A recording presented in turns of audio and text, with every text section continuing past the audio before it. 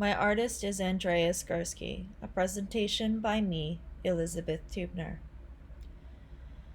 They were born in Leipzig, Germany, 1955. They live and currently work in Dusseldorf, Germany. They studied art at the Art Academy of Dusseldorf, Germany. He studied with Bernd Becker and is a master student since 1985. Through 1977 to 1980, he studied at the Folkwang University of the Arts, Essen, Germany. The published catalog, Andreas Gurksy Landscapes, is featured here in an exhibition at the Parrish Art Museum, Watermills, New York. In 2015, this was published. The artist mainly photographs architecture and natural landscapes, highlighting the color field and organization of human development. He uses large-scale cameras and digital image editing to create very large, encompassing photographs. These photos, meant to ensnare the viewer, are means to show a plotting of human development on the natural landscape. Globalism and modern consumerism, as well as capitalism, play a huge role in Gursky's work. Each photo represents a time and a place affected by human and urban development. This role he takes on is largely unpolitical, but as a documenting approach to capturing the cultural and financial development across the world. This landscape photo, Niagara Falls, 1989. The artist Gurksy has mastered the idea of the photograph. His work essentially taps on the fluidity of painting. In this way, he creates images that seem to look as though they are from the abstract expressionist or minimalist movement. They are very painterly and capture this 2D element.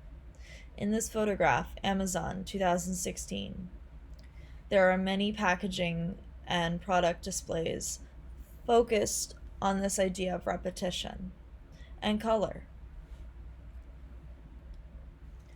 Andreas Gurksy uses a combination of large-scale images and enhanced digital editing, with a composition rich in repetition, to create images minimalistic in nature.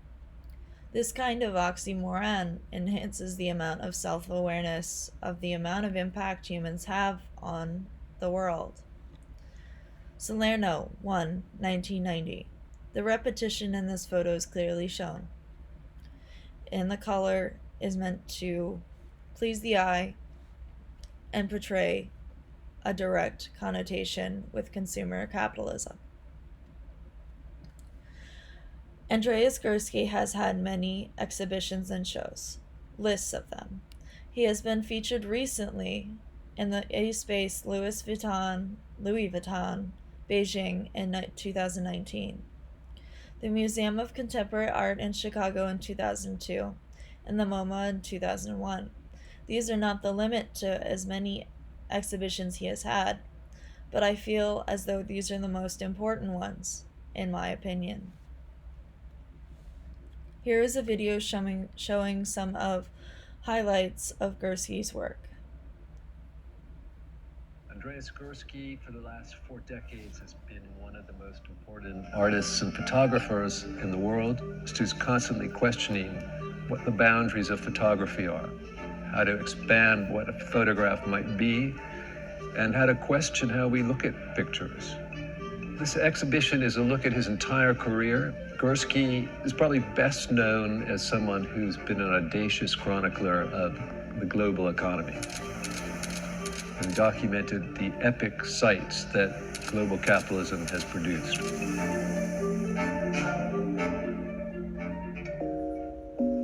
Well, he began by photographing things close to home. He lives in Dusseldorf, in Germany, and he really developed this interest in how people behave as groups and how we behave as a collective and what the collective structures are that shape our behavior. And he started making pictures like Salerno that shows you this Italian port city, and it's like a picture of an entire social ecosystem. Andreas has said that he is interested in photography as a way of trying to understand how the world fits together.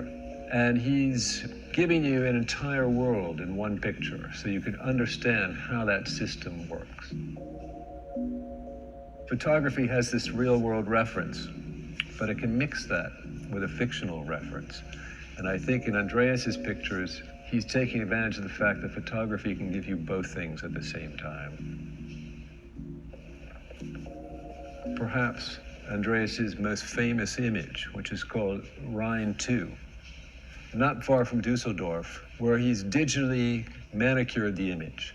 So he's removed a couple of buildings that are actually on the other side of the river. I think this is really an image about our desire for controlling nature, rather than an image of a real river. You know, Andreas has said something which I really like, which is that pictures are more intelligent than we are. There's more going on in an image than we can actually ever grasp. Somewhere in there is a Gurksy catalog. If you stand very far away from some of his pictures, like this picture of a tulip field in the Netherlands, it looks like an abstract stripe painting. It's only when you go in and you look up close that you start to see what it is. And you see one tiny human figure right there in these rows of tulips, which look quite artificially colored.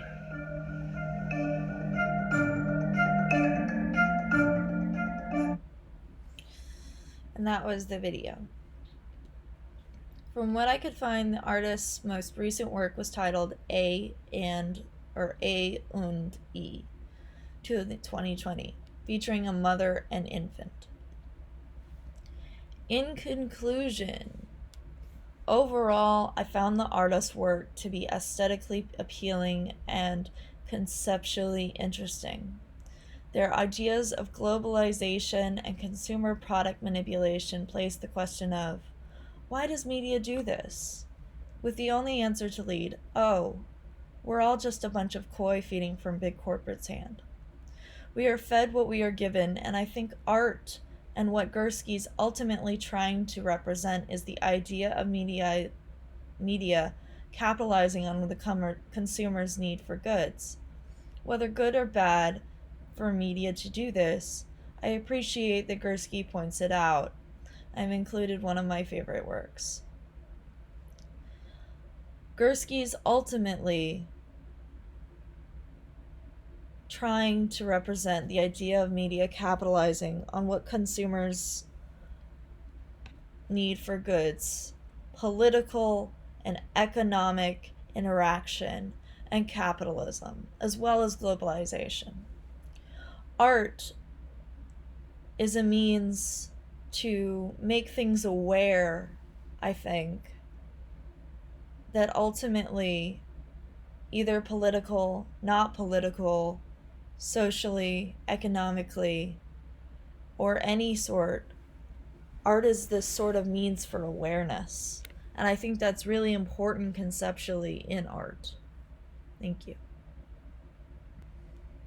This is my bibliography page.